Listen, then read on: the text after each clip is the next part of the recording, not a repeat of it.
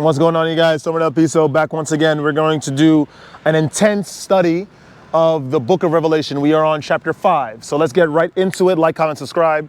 Let's do it. Let's just get right into it. This is going to be a very powerful one. Revelation 5. And I saw in the right hand of him that sit on the throne a book written within and on the backside with 7 seals, sealed with 7 seals. And I saw a strong angel proclaiming with a loud voice, "Who is worthy to open the book and to loose the seals thereof?" Who? And no man in heaven, nor in earth, neither under the earth, was able to open the book, neither to look thereon. What does that mean? What's so special about this book anyway? This book, of course, we're going to learn that it has what is to come. It's going to show all of the horrors. It's basically complete foresight, right? Power. There's no one that's worthy to open these seals. Why? Because they have not triumphed over the world. They've been tested. They've been shown the way. They showed promise and they failed. Everyone failed. We think of this not literally, but think about it in regards to your own journey. How many times have you stumbled when you were on semen retention, right? How many times have you thought about giving up, right? How many times did you give up? You spent weeks without being celibate. You kept releasing, you kept masturbating, you kept giving yourself to the ways of this world. How many times have you done that? And trust me, the world has been around for a very long time with people in it. We are not the first individuals to come upon this information. We are not the first individuals that were tested. This is all happening once again. We are not special. We are not unique. We are just in a different time period, and we must try to convince the Almighty that we are worthy, that they are worthy souls. What you must do is prove yourselves. Prove yourselves, people. Prove yourselves. How can you prove yourself? Staying on the practice of semen retention, staying celibate, sacrificing it all for none of this, but for something that cannot be seen, that cannot be perceived, only felt and faith in its existence. This is what needs to be done. There is no one worthy, as he said, in this earth that has existed, right? Remember, under the earth, the people that have died. He's talking about the ones that were buried. In heaven, even individuals that have ascended, they were not worthy to open this book because they are only unique individuals. Remember, even the people that ascended to heaven, Lucifer, he betrayed God, right? He betrayed his ways. So there is no indication of someone that is worthy, even though they have ascended to heaven levels. Let's keep going. And I wept much because no man was found worthy to open and to read the book, neither to look thereon. This is John now, sad, distraught. Because how is that possible? You tried so hard. Remember, you have to read the Old Testament, you have to read the New Testament. There has been many pleading with God to his people to try to be worthy, right? Follow his way. Do not follow the ways of idols. Do not follow the way of fornication. He tried so hard with them and they just did not listen. And I'm not gonna lie, I'm here and I'm thinking that, you guys are thinking that we're here, we can change this. But I'm not perfect. I have sinned, honestly. I'm still sort of tied to the world to some degree. And I do want to do good. I really do. But sometimes it's just really hard, man. And I do understand this test. And I think if I just stay the course, I think that eventually this will just get removed. Honestly, I really think that it'll just go, I won't have it anymore. This plague, Let's continue. And one of the elders, remember the 4 and 20, saith unto me, weep not, behold, the Lion of the tribe of Judah, the Root of David, hath prevailed to open the book and to loose the 7 seals thereof. And I beheld, and lo, in the midst of the throne and of the 4 beasts, and in the midst of the elders stood a lamb, as it has been slain, and having 7 horns and 7 eyes, which are the 7 spirits of God sent forth all into the earth, into all the earth. What does this symbolize? This lamb that was bleeding, right?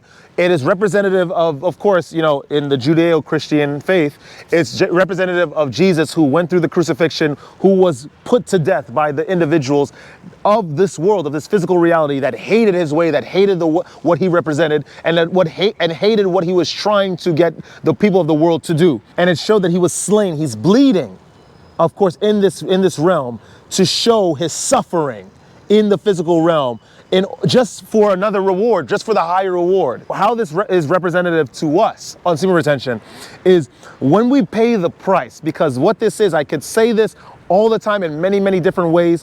When we're on semen retention, when we are celibate, we have paid the price. We are paying our way into heaven, not with money that anyone could easily afford, but with sacrifice of a reputation, sacrifice of our sanity at sometimes, sacrifice of things that our body wants to do, that our body propels us to do. When we get into that higher level, we will be shown as people that have truly sacrificed themselves in order to get entry, right, into the higher realms. Let's keep going. And he came and took the book out of the right hand of him that sat upon the throne. So not only this dude, right, in the Bible, of course, in this chapter of Revelation, sorry, not only he was the only one ever that was worthy of opening that book, he went and up to that individual of all the lights, of all the crystals, the rainbow lights, the absolute peak of ascension. He went up to him. Thank you, I'll take that book now and I will open it because I know I'm worthy. I suffered and I was preordained to be worthy. So insofar as I followed the way. Guys, come on. When he had taken the book, the 4 beasts and 24 elders fell down before the Lamb, having every one of them harps and golden vials full of odors, which are the prayers of the saints. You know, the representative of all the individuals of this earth trying to ascend, sending their prayers onto the higher realms, right? For things to pass upon the earth that are good, right? A release from their travail, a catharsis from their pain. And they sung a new song saying, "Thou art worthy to take the book and to open the seals thereof. For thou wast slain and hast redeemed us to God by thy blood out of every kindred and tongue and people and nation, and hast made unto our God kings and priests, and we shall reign on the earth," which is not important. And I beheld and I heard the voice of many angels round about the throne and the beasts and the elders, and the number of them was 10,000 times 10,000 and thousands of thousands. That was shown by Gustave Doré, that illustrator that drew the picture of what Dante was sort of perceiving when he was risen to that level of Empyrean, guided by Beatrice, right? Saying with a loud voice, "Worthy is the Lamb that was slain to receive power and riches and wisdom and strength and honor and glory and blessing." Like I said, this is all belonging to us. We can all get this. No one is special. All you have to do is put in the work. You have to make the sacrifice. What are you willing to do? What are you willing to give? What are you willing to take away? What are you willing to do away with? Make the sacrifice, and this is all yours. It was preordained by the parables of Jesus. Jesus already told us that you think I'm special just because I could heal the sick, walk on water, I can turn water into wine. This is nothing compared to what y'all can do if you guys just follow the way. It's easy. He is not special. He said it many times. He is not special. We are not special. We can do what is necessary so we can be accepted into that throne. It's easy, that level of ascension. And every creature which is in heaven and on earth and under the earth, and such as are in the sea, and all that are in them, heard I saying, "Blessing and honor and glory and power be unto him that sitteth upon the throne, and unto the Lamb forever and ever." And the 4 beasts said, "Amen." And the 24 elders fell down and worshiped him that liveth forever and ever. So the idea, right, like I said, Jesus was not a special individual. He was only special insofar as he was preordained by God to be a scapegoat for all of humanity's sins in order to clean their slate in the eyes of God, right? We can do the same thing, gentlemen. We can. We have to make the sacrifice with celibacy. We have to make the sacrifice with semen retention. Celibacy will give us a gateway into perceiving the things of this world, the many multitudes and angles of attack that this world will cast onto individuals like us that are making the sacrifice. Understand this fully, and you will find truth. Understand this fully, I repeat, and you will find truth. You can live, your ways will live forever. Granted that you make the sacrifice and you are a good person, objectively, you shall suffer because you are supposed to suffer in order to allow the other individuals of the world not to suffer. You will not try to sin. Even though you will inadvertently sin, you will repent and you will rise again. You will continuously be tried, because if you are not tried, that means you are not loved. And best believe you're going to stay here if that's the case. Ascend, gentlemen.